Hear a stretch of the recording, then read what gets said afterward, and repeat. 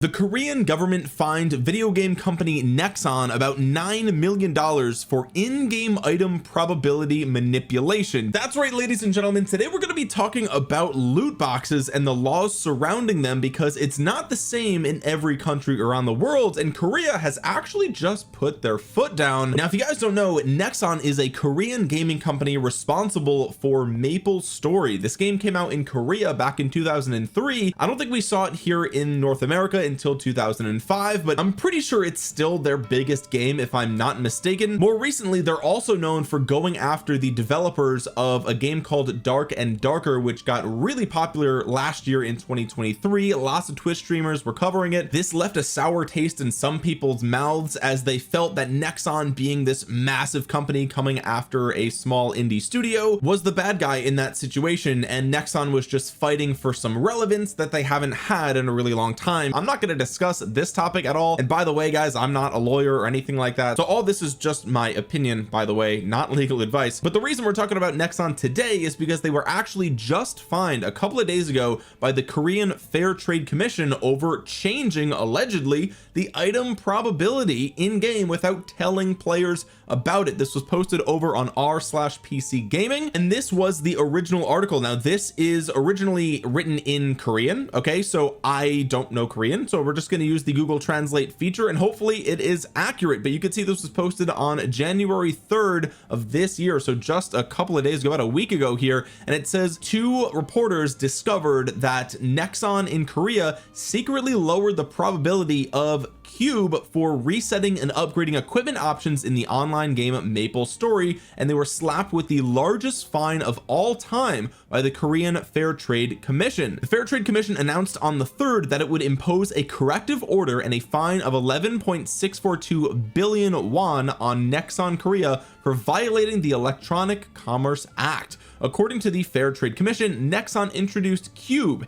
a paid sales item, to MapleStory in 2010.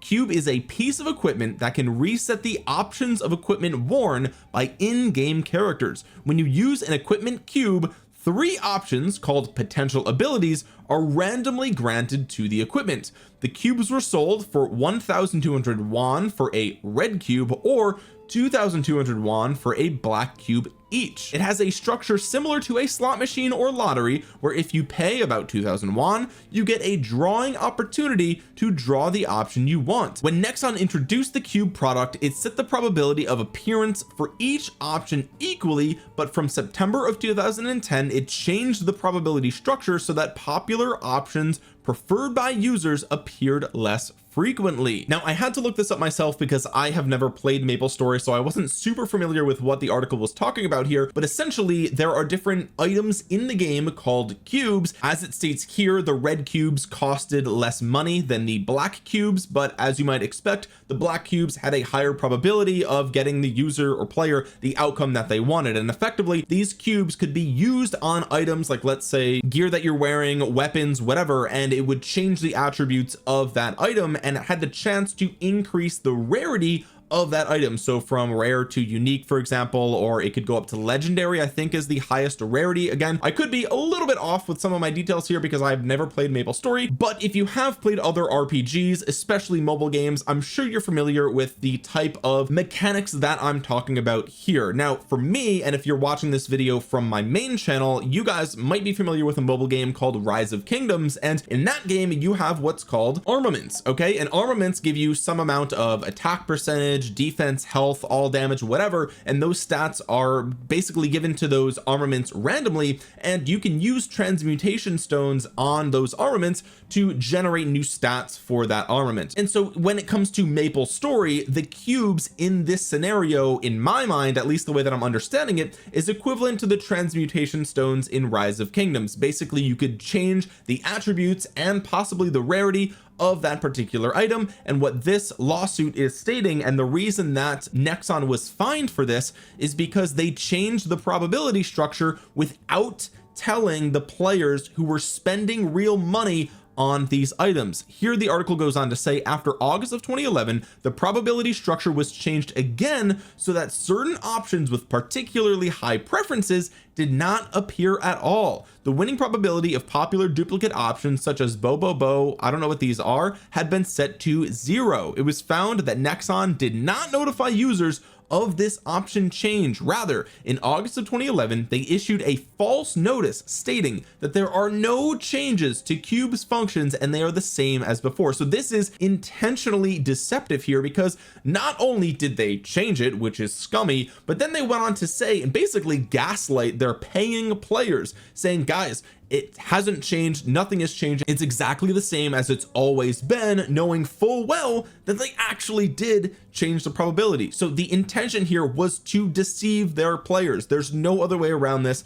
They literally just lied to their player base about the probability of the items that they're actually spending real money on. It was also revealed that the probability of equipment grade increases, so a level upgrade, was arbitrarily lowered. So I think this is the probability of going from like an epic to a legendary or something like that. There are levels of potential rarities granted to equipment. Okay, here they explain it. The grade increases in the following order: rare, epic, unique, legendary, and the higher the grade, the better the potential options. Of course, that makes sense. Upgrading occurs with a certain probability when using a cube that resets equipment options. The higher the grade, the lower the probability of advancement. In July of 2013, Nexon created the legendary grade, the highest grade of equipment, and also released the black cube item, which has a high probability of increasing the grade. At the time of release, black cube's probability of reaching legendary level was 1.8%, but it dropped to 1.4% in December of 2013, and in January of 2016 the probability of promotion fell to 1%.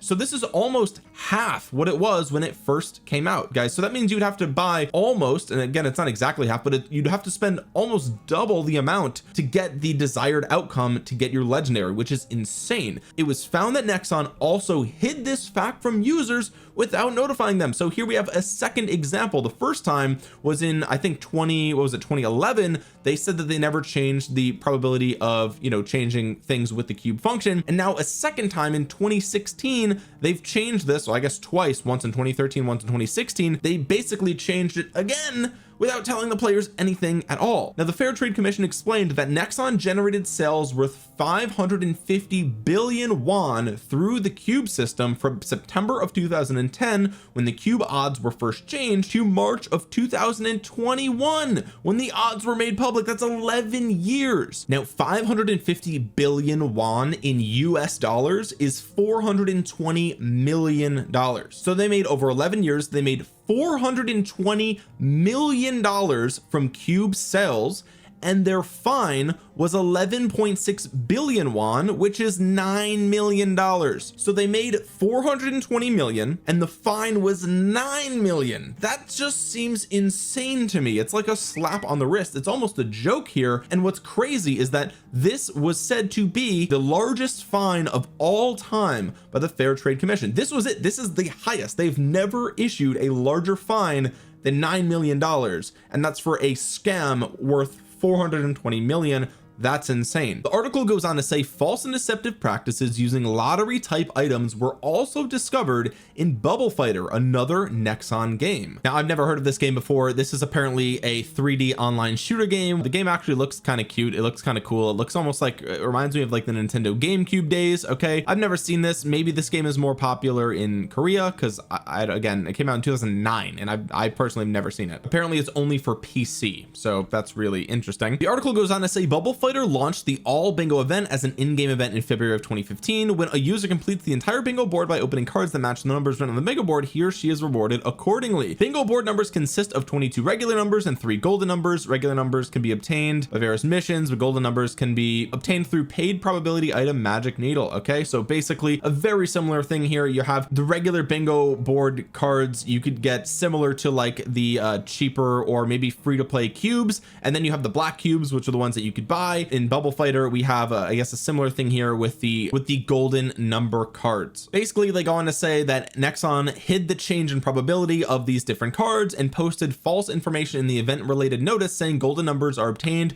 when using the magic needle. Okay, so intentionally deceiving their players. The Fair Trade Commission determined that Nexon violated the Electronic Commerce Act by encouraging consumers to purchase in a deceptive way by omitting or falsely informing them of probability related information, which is important information in consumer decision making. Accordingly, it was decided to impose a future ban on Nexon and a fine of 11.642 billion won in lieu of business suspension. This is an issue that requires a 6-month suspension of business, but this means replacing it with a fine to prevent damage to consumers due to service suspension. So basically what they're saying here is that this violation was so bad that, you know, if it were any other type of business, they would force the business to cease operation for 6 months, but because they operate services that people have spent money on, they can't just shut down all the games for 6 months and then bring them back, right? Because people have paid money to play those games. So in lieu of that, they're basically charging them or fining them, you know, a certain amount of money based on what they would have made in those 6 months, I guess, which is kind of crazy. Feels kind of low to me, but it is what it is. This is the highest fine ever imposed for violations of Electronics Consumer Act. The previous highest amount was 185 million won, so this is like insanely high considering the second place was 185 million. This is 11 billion. Holy, okay, that's insane. Nexon actually released a statement regarding the Fair Trade Commission's announcement and said, "We deeply apologize for causing great disappointment to our users, and we humbly accept the Fair Trade Commission's decision." However, they said the controversy began with the preemptive disclosure of the cube odds in 2021, and there was no precedent at the time, and the period from 2010 to 2016, which the Fair Trade Commission pointed out as a problem, was a time when game odds were not disclosed globally, he pointed out. He then quoted the opinion of, sorry, I'm not gonna pronounce this professor's name properly, at Hanyang University Law School, who participated as a reference in the Fair Trade Commission's decision, saying, "This decision proves that all undisclosed probability changes can be punished at a time where there was no obligation to disclose the probability, thereby ensuring the legal stability of the domestic gaming industry." He said, "I am concerned that it will hinder and that it does not comply with the excess prohibition principle or proportionality principle that must be observed for administrative sanctions." So basically what Nexon is saying here is that, look,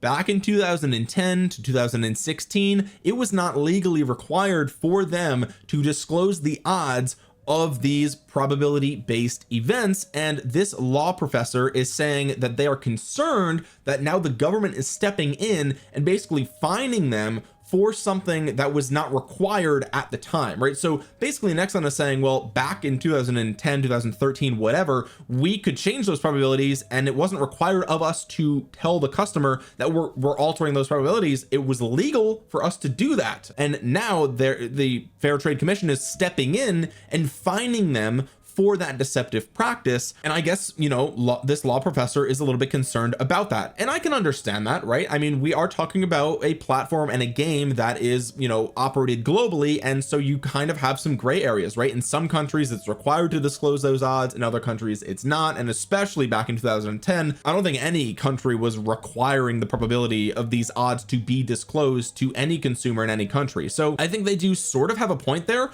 but just the fact that Nexon basically gaslit their players and said twice, okay, first of all, they said that they never changed the cube's functions after they did, and then the second time they changed the probabilities, you know, in 2016 without telling anybody. So they have these repeat offenses of screwing their customers, and one example of gaslighting them into thinking that it had never changed. And of course this is going to cause players to, you know, spend more money on the game without realizing that these things have changed. Now the reason that I'm talking about this in today's video is because this is actually a massive problem that I think that we have on our hands, not just in Korea, but this is a global issue for all game companies. And here we have this is the Apple App Store review guidelines. Okay, these are the guidelines that if you want your app on the Apple App Store, you have to follow these guidelines. This is required. If you do not follow these guidelines, you risk having your app removed from the App Store, being banned from accepting payment from customers through the Apple App Store. So it's a big deal. And here in section 3.1.1 for in-app purchases, Apple goes on to say that apps offering loot boxes or other mechanisms that provide randomized virtual items for purchase must disclose the odds of receiving each type of item to customers prior to purchase. So Apple is straight up saying like, look, you can have loot boxes in the game, but the customers have to know what the probabilities are of the items that they're purchasing in order for you to comply with Apple's App Store review guidelines. And for me, I was curious, like, okay, well, obviously Apple is in California, so this is a United States based company, and so surely Apple is just abiding by whatever the United States Federal Trade Commission's guidelines are for loot boxes. And guess what, guys, the FTC has released a sort of a roundtable and had discussions of loot boxes in video games in previous years, I think in 2020 or 2021. But as far as I could tell, there is apparently no laws in the United States that require these games to disclose the odds of the randomized loot box system or gotcha system in video games. The only thing that could possibly protect consumers in this example is the Federal Trade Commission Act Section 5, unfair or deceptive acts or practices. Section 5 of the Federal Trade Commission prohibits unfair or deceptive acts or practices in or affecting commerce. The prohibition applies to all persons engaged in commerce, including banks. And basically what this is a very broad act as far as I can tell. Again, I'm not a lawyer, but this looks very, very vague. Okay, it's basically saying that it's illegal to deceive your customers. Okay, and well, what does deception mean? Like what is that? And that's basically what they go through here. They give some examples and they talk about it in relation to like banking and things like that. So basically you could make the argument that Apple has essentially put the section 3.1.1 in their guidelines as a way to protect them from the FTC in case there ever is a scenario, or maybe there has been already, where people sue companies. Apple is just covering themselves in case there is a good case to be made about loot boxes not disclosing their odds being considered deceptive, which I don't know about you guys, but I think it is super deceptive to not only potentially not even disclose the odds, and also, you know, to change the odds without telling your consumers, to change them and then gaslight your consumers. And I think that a lot of companies, you know, obviously this is Apple's guidelines, and I think a lot of these companies have guidelines like Apple because of UK regulation, Europe, I think a lot of other countries, and I know China as well, have very strict guidelines on this. And I was kind of shocked to find that the United States seems to be kind of lagging behind here. And, you know, I guess we have more of a free market approach, like let the consumers decide what they spend their money on, and I get that or whatever, but I do think that we are definitely lagging behind here, and there absolutely needs to be some more regulation surrounding these types of practices for these companies, because if they're unchecked, they're going to do stuff like this that it took them 11 years to get fined this, which is insane. And again, it's a slap on the wrist. A $9 million, less than $9 million fine for a product, a digital product that made over $420 million. It's insane. So if you're watching this video and you are in the United States, I just want you guys to be aware of this. Okay, we're still in this muddy water gray area where, you know, a lot of games are now showing the probability of these odds for things, but they could literally just be lying, right? Like they could literally be lying, and that would put them liable in other countries, as we can see in Korea. But I mean, I don't know, guys, it seems real sketchy, and it's very unfortunate that we don't have a law that requires loot boxes provide or must disclose their odds. That feels to me like it should be a law. Okay, but I want to know what you guys think in the comments section below. What do you think about this? Have you played MapleStory? Are you familiar with this story? I would love to hear your thoughts down in the comment section below. What have been your experiences with loot boxes and microtransactions? I'm kind of sick of it, to be honest with you guys. I'm okay with game companies having microtransactions, but I'm not okay with the randomized element of these transactions, because it is obviously deceptive. It is intentionally used to make players spend more money than they realize that they're spending, which is why it's used in slot machines. And so it's a huge red flag for me. I think gaming really needs to evolve past this RNG meta, but it makes so much money that, you know, it's gonna be quite the uphill battle. But I'd love to hear from you guys in the comment section below. While you're down there, consider dropping a thumbs up on the video. It really helps out the channel a ton. It'll help get this video out into the YouTube algorithm so other gaming players might see it, and consider subscribing to the channel and clicking the bell to be notified the next time I upload a video. And with that being said, guys, thank you so much for watching. This has been Omniarch. I will talk to you guys again soon. Peace.